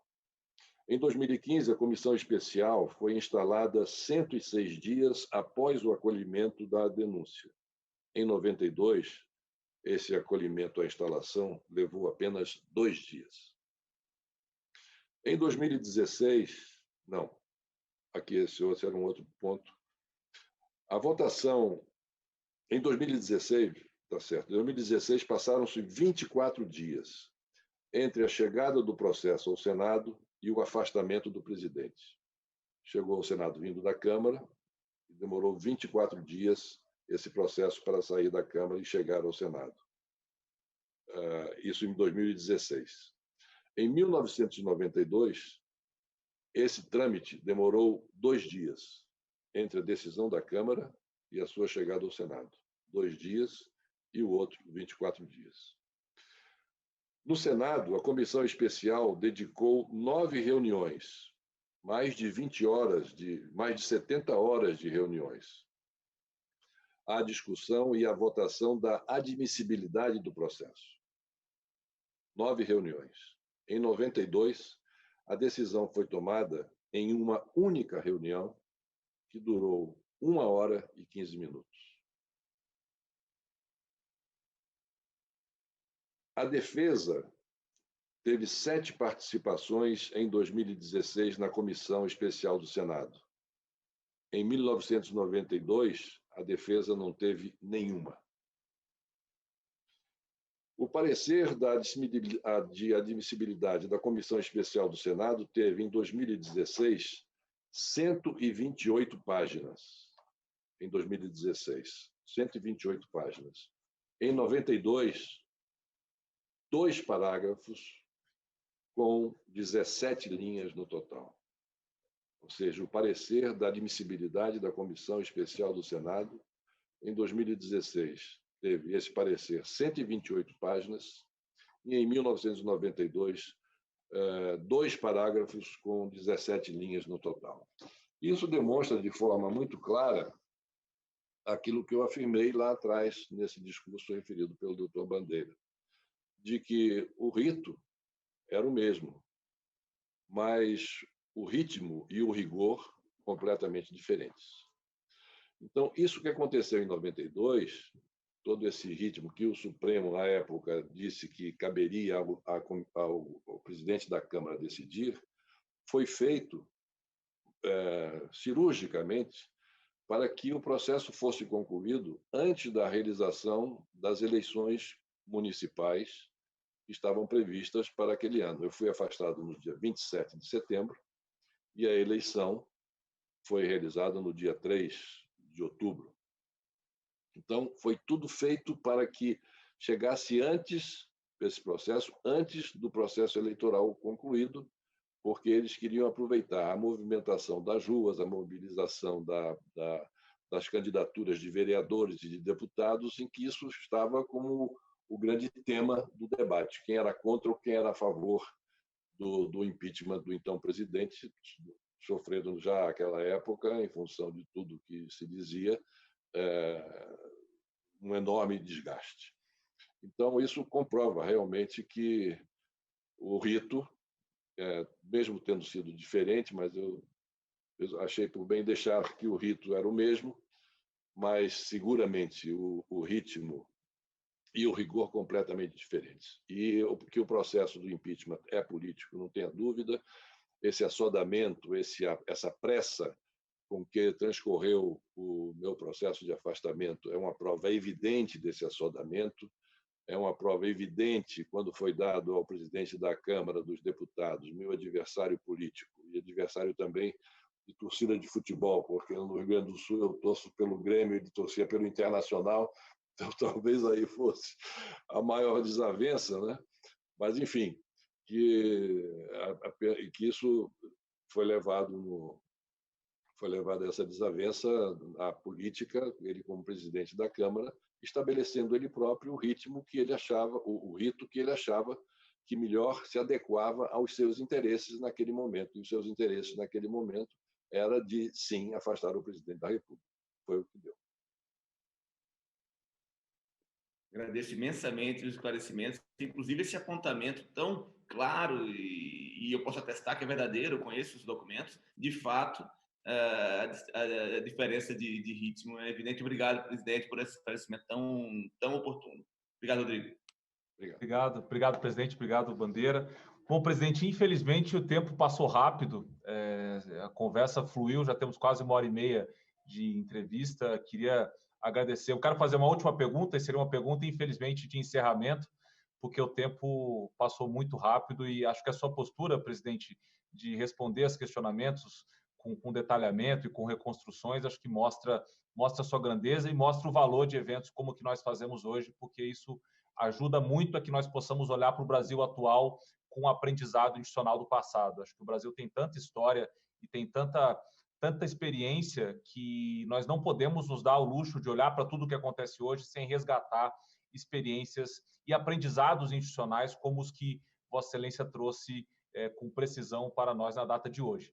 Então, a minha pergunta final, presidente, é uma pergunta que, de alguma forma, tentaria fazer uma ponte entre o momento em que Vossa Excelência presidiu o país e o momento atual, lógico que com as devidas diferenças, e como Vossa Excelência já desde o início colocou, que nós não façamos paralelos que não são paralelos calcados na realidade, simplesmente paralelos, muitas vezes, assodados. Não é essa a ideia. Mas Vossa Excelência tem participado de um movimento bastante recente na política, e Vossa Excelência já disse isso na data de hoje, de adesão às redes sociais. E isso traz uma comunicação muito preciosa, porque ela é espontânea e ela é democrática na essência mais plural possível, porque muitas vezes nós percebemos Vossa Excelência trocando respostas com pessoas que simplesmente se manifestam ali na rede social e que muitas vezes fazem perguntas que povoam o imaginário de todos nós brasileiros. E eu tentei olhar um pouco essas perguntas e respostas para achar uma pergunta que nós poderíamos fazer para encerrar o debate de hoje. Em uma delas, eu percebi que Vossa Excelência lhe foi perguntado em que momento que Vossa Excelência teria percebido que o impeachment caminhava para um desfecho inevitável, ou que seria um desfecho contrário ao que Vossa Excelência entendia que era o correto. E Vossa Excelência então disse que foi quando fez um apelo à população que viesse às ruas vestido de verde e amarelo e que, nas palavras que Vossa Excelência utilizou naquela manifestação pelo Twitter, e que lógico que é uma manifestação concisa, as pessoas teriam vindo de preto. Não estou reduzindo aqui a toda a complexidade do processo a esse evento específico, mas foi uma resposta que Vossa Excelência deu. Eu gostaria de ouvir um pouco Vossa Excelência sobre isso, e mais do que isso, fazendo uma ponte para o momento atual, em que nós temos percebido nas manifestações do chefe do Poder Executivo apelo ao governo pelo povo, ou seja, ao governo através da manifestação popular. Que aprendizados que nós deveríamos trazer, ou que riscos que isso deveria trazer? Vossa Excelência chegou a falar num desenlace inevitável em manifestações públicas também. Enfim, o que Vossa Excelência espera para os dias que nos seguem e como que Vossa Excelência entende esse tipo de opção? E se há algum paralelo ou não com o que Vossa Excelência viveu e já traduziu anteriormente nas respostas que nos deu? Muito bem. Esse episódio é verdadeiro. Essa resposta que eu disse é assertiva. Isso foi num momento em que se realizava no Salão Leste do Palácio do Planalto uma solenidade que reunia centenas e centenas de taxistas, porque eu estava assinando ali a autorização para que a Caixa, dando autorização, não sei bem qual é o ato, mas, enfim, para atender os taxistas no sentido da Caixa Econômica, financiar os táxis novos, renovação da frota, e também um outro ato que era tirando o IPI do preço dos carros vendidos a taxistas. Então, manifestação com muita gente, isso no mês de julho ou agosto, no ápice não o ápice foi o afastamento, mas ali nos últimos momentos, né? Antes do afastamento. E eu, naturalmente, debaixo de uma enorme pressão. Tanto que, quando foi iniciado, a pessoa do cerimonial perguntou se eu iria falar, eu disse, não vou falar, falam os ministros, falam o representante dos taxistas e tal, mas eu não falarei. E aí se deu por encerrada, muita movimentação, muita gritaria, o pessoal gritando Collor, aquilo que nós conhecemos já, com outras pessoas, manifestações quetais, e em determinado momento, então, o chefe do cerimonial dá por encerrada, o encarregado, melhor dizendo, do cerimonial, dá por encerrada a cerimônia. E aí eu saio e vou me dirigindo ao elevador para ir para o gabinete, para subir para o gabinete. Quando aí o pessoal costuma gritar, fala, Collor, continuou a gritar, fala, Collor, fala, Collor, fala, Collor. Aí vieram algumas pessoas e disseram, presidente, não pode deixar de falar, tem que falar alguma coisa. E aí eu fui falar. Foi um grande erro. Outro grande erro que eu cometi. Porque quando eu falei debaixo de muita emoção, e ao final eu disse: vamos mostrar, pessoal, ao Brasil onde está a verdadeira maioria, me referindo que a maioria estaria conosco, comigo. Vamos sair todos de verde e amarelo nesse final de semana para demonstrar onde está a verdadeira maioria. E aí, no final de semana, as pessoas, o verde e amarelo, muitos poucos saíram de verde e amarelo, a maioria saiu de preto. E foi aí que realmente, com esse episódio, que eu percebi que o meu mandato havia se encerrado. Não havia mais possibilidade de eu me manter na presidência da República com a votação na Câmara. Ainda mantinha esperanças de que no Senado, no julgamento, eu pudesse ser reconduzido à presidência. Mas, enfim, foi aí que eu percebi que o meu governo havia se encerrado. Foi nessa manifestação. O que acontece hoje em dia é um fenômeno, mas antes disso. E por que eu fiz esse apelo à população? Porque era o último refúgio em que eu achava que poderia me abrigar. Seria com apoio popular, que nunca me faltou, nunca me havia faltado. Dos pés descalços, dos descamisados, a quem eu carinhosamente chamava, daqueles mais necessitados e tal, e que esses não tinham como ir à rua, realmente não foram à rua. Quem foi à rua foi a classe média, um grupo grande de estudantes, né, os caras pintadas, que foi um movimento também, além de movimento político, foi um movimento estético importante na cultura nacional.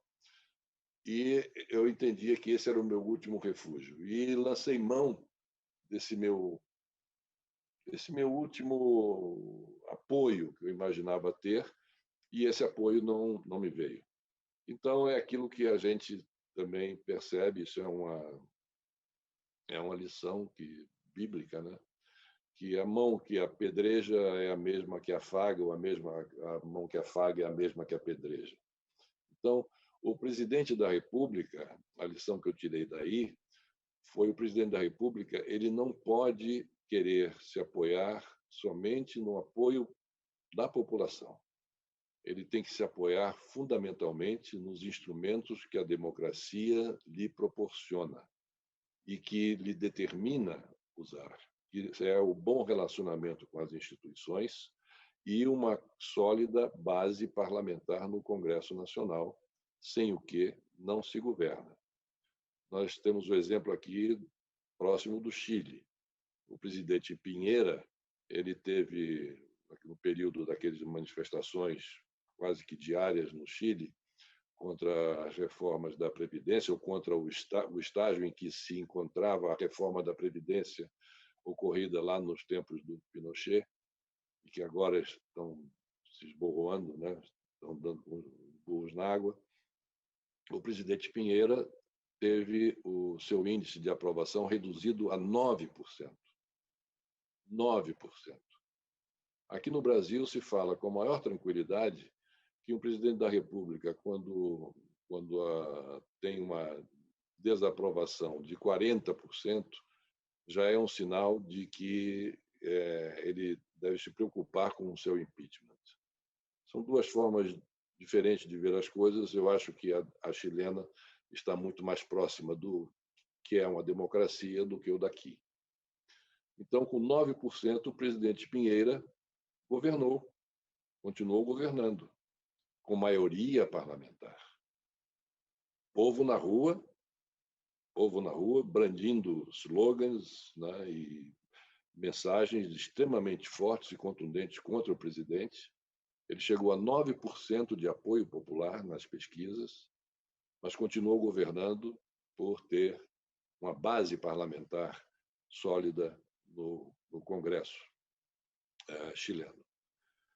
No Brasil, isso não está existindo. No Brasil, nós estamos vendo manifestações, verdade que cada dia mais rarefeitas, mas ainda manifestações a favor do presidente da República. Mas, enquanto isso, o presidente da República não construiu a sua base parlamentar que lhe dê sustentação e, portanto, governabilidade e, portanto, tranquilidade às instituições e, portanto, paz e conciliação à nação brasileira e à sociedade brasileira. E esse é o foco da minha preocupação nos dias de hoje, é que nós tenhamos a capacidade, e para isso é fundamental a participação efetiva do atual presidente, de podermos nos conciliar, de podermos encontrar um terreno comum onde possamos estabelecer um diálogo civilizado, um diálogo em que possamos aproximar as nossas divergências e encontrar uma resultante que nos leve a um caminho natural, normal e de conciliação para que o Brasil saia da crise em que nos encontramos. Afinal, são crises. Além dessa crise que nos atormenta a todos, e eu sempre aproveito momentos como esse para externar o meu profundo pesar a todas as famílias que perderam seus entes queridos ou que vivem desassossegadas em função da contaminação de pessoas próximas ou amigas, além dessa pandemia que nos obriga, porque é uma guerra. Numa guerra nós temos que deixar diferenças de lado e temos que nos unir todos para combater um inimigo comum, e que é um inimigo terrível porque é invisível e contra o qual não há remédio, não há vacina. E, além disso, não é um inimigo somente nosso, brasileiro, é um inimigo planetário. O planeta todo está envolvido na guerra contra esse coronavírus. E todos os outros países, o que nós estamos vendo é uma união, salvo algumas exceções que nós conhecemos, Polônia, Hungria,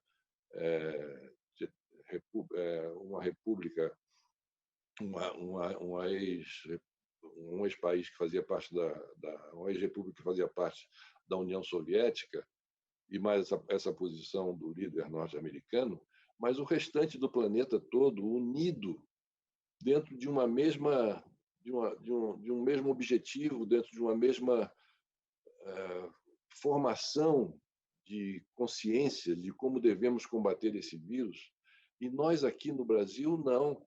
Aqui no Brasil nós estamos vendo um enorme distanciamento da posição do presidente da República de como combater esse vírus.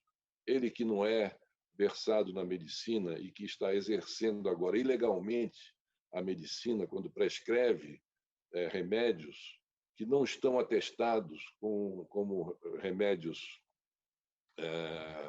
aprovados para o combate a esse tipo de epidemia, esse tipo de vírus. Não é? Além disso, vai contrariando todos os seus entes. Ele é presidente da República Federativa do Brasil. Ele tem que conciliar também os entes federados. E ele está em briga, em conflito permanente com aqueles que comandam e com os entes federados, que são os estados e os seus governadores. Duas reuniões ministeriais ocorridas nos últimos 15 dias, uma aquela fatídica e lamentável, lastimável, reunião do dia 22 e a outra realizada antes de ontem. Em nenhuma dessas duas reuniões, o episódio da pandemia ele foi levado em conta. Na primeira reunião do dia 22, para não dizer que não houve nenhuma referência, houve uma manifestação de 3 a 4 minutos do então ministro da Saúde, tratando superficialmente a questão do combate ao coronavírus. Então, nós estamos vivendo encapsulado dentro dessa pandemia, dentro desse problema enorme que nós estamos vivenciando no combate ao coronavírus, encapsulado nós estamos com um conflito institucional. Há um conflito institucional hoje no país. Se quiser dizer se ainda não desabrochou esse conflito, mas ele está em avançado processo de gestação. Um conflito institucional que nós não sabemos onde vai desembocar isso. O que resultará desse conflito? É um momento de extrema gravidade. Quando um presidente da República fala, referindo-se a uma determinação do Supremo Tribunal Federal, quando ele diz que não podem ser seguidas determinações que não sejam corretas ou que não sejam viáveis, alguma coisa nesse sentido, ele quer dizer o seguinte: nenhuma decisão, a partir do momento, ele cita temporalmente, coloca temporalmente a frase, a partir de agora, nenhuma decisão que não tenha razão de ser pode ser cumprida. Né? Nenhuma determinação nesses termos pode ser cumprida. Ou seja, a determinação do Supremo não se cumprir, nós já estamos acostumados, e, sobretudo, eu já estou acostumado a entender muito claramente que decisão da Justiça a gente não discute, a gente cumpre. A gente vai discutir no campo jurídico, mas não pode negacear diante de uma decisão jurídica. Tem que se aceitar a decisão jurídica. Se sentiu ofendido, se sentiu de alguma forma prejudicado, a própria Justiça oferece os canais naturais que o próprio processo democrático, dentro do Estado Democrático de Direito, garante às pessoas. Por dentro do próprio Poder Judiciário, você ingressar com as suas ações, com os seus requerimentos, com as suas reclamações, que vai ter um processo normal. Então, esse conflito entre o Poder Executivo e o Poder Judiciário é um conflito de gravíssimas proporções. Quando o presidente da República fala, agora chega, não vou mais aceitar esse tipo de ação da Polícia Federal, se no dia anterior ele estava elogiando a Polícia Federal por ter tomado uma decisão que, de alguma maneira, o satisfez em relação ao governo do Rio, e ele disse que a Polícia Federal, a partir de agora, vai continuar a tomar essas mesmas medidas, vai continuar a agir dessa forma. Aí, no dia seguinte, quando age da mesma forma que ele aludiu no dia anterior, no dia seguinte, a ação da Polícia Federal contraria os seus interesses, ele diz que não é mais para que a Polícia Federal cumpra essas determinações.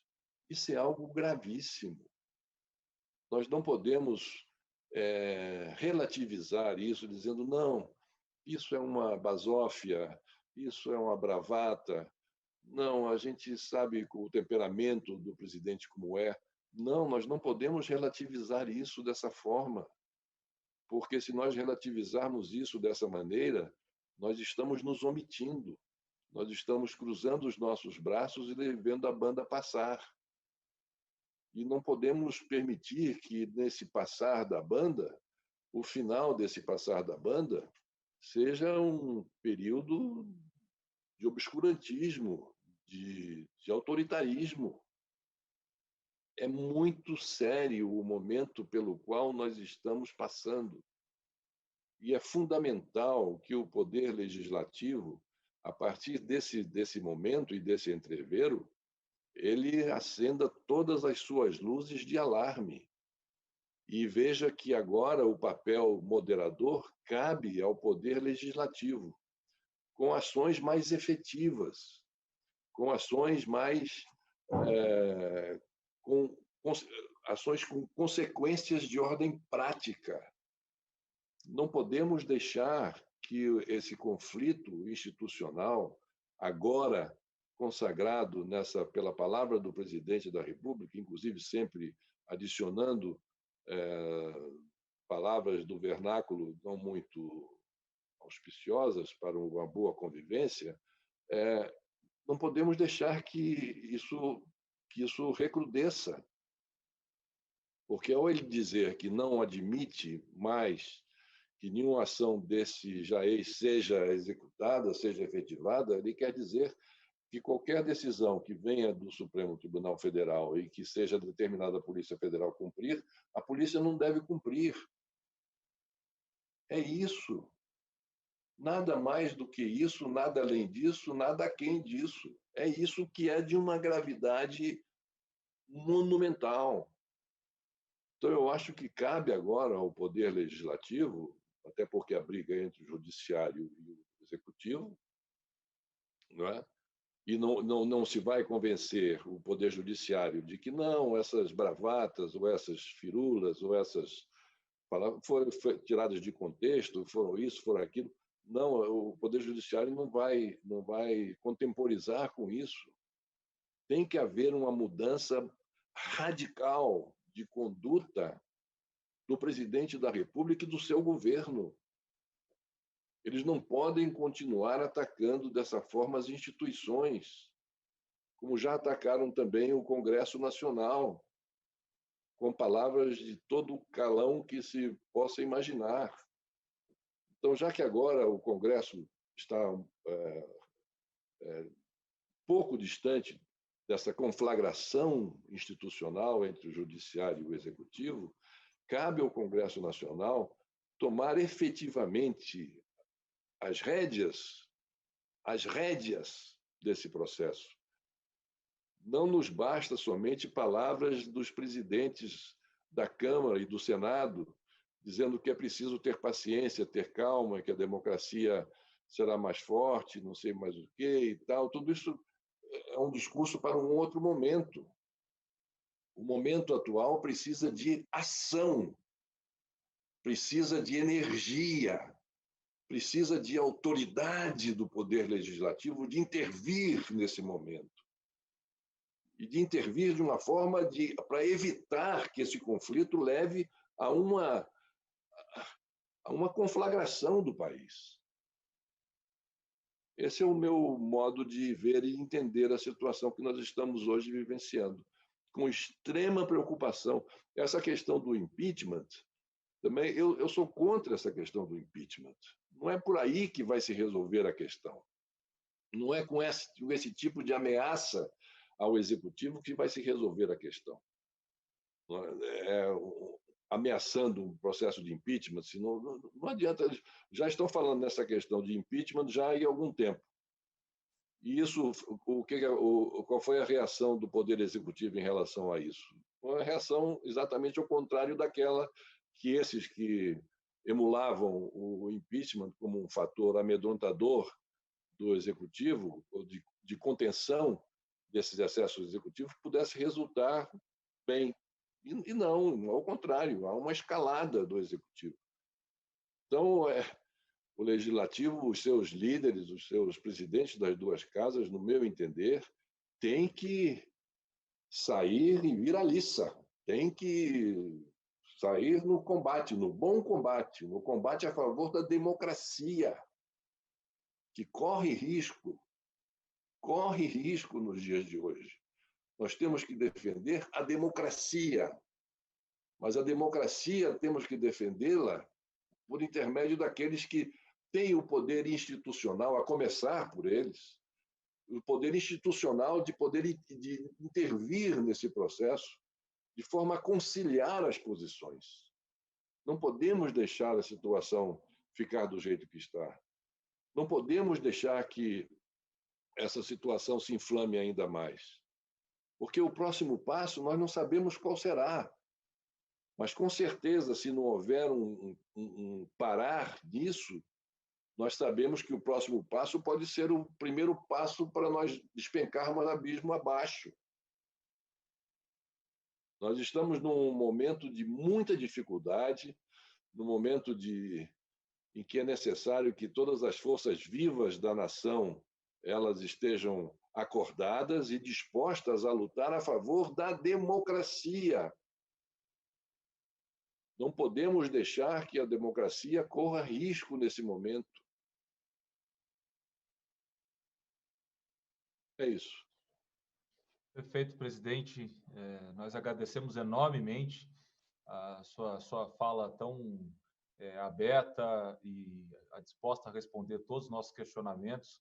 Recebemos aqui vários elogios de todos que estão assistindo pela internet. Acho que foi uma entrevista histórica e participar dela é uma honra para mim. E acredito que falo em nome dos colegas Valfrido, Bandeira e Rafael. Nós agradecemos enormemente ao senhor pela gentileza do tempo concedido e pelo cuidado com as respostas, presidente. Eu é que agradeço a você, Rodrigo, pela iniciativa de fazer essa entrevista, de poder abrir, enfim, para uma discussão aberta, poder promover uma discussão aberta e, enfim, eu espero elucidativa. Agradecer ao Rafael, ao Valfrido, ao Dr. Bandeira e muito especialmente a você, Rodrigo, por ter conduzido da forma como conduziu esse nosso encontro. Muito obrigado a vocês. Obrigado, presidente. Obrigado, presidente. Obrão, presidente. Muito obrigado, Obrigado, foi uma honra. Obrigado aos colegas. Obrigado. Obrigado. Um abraço.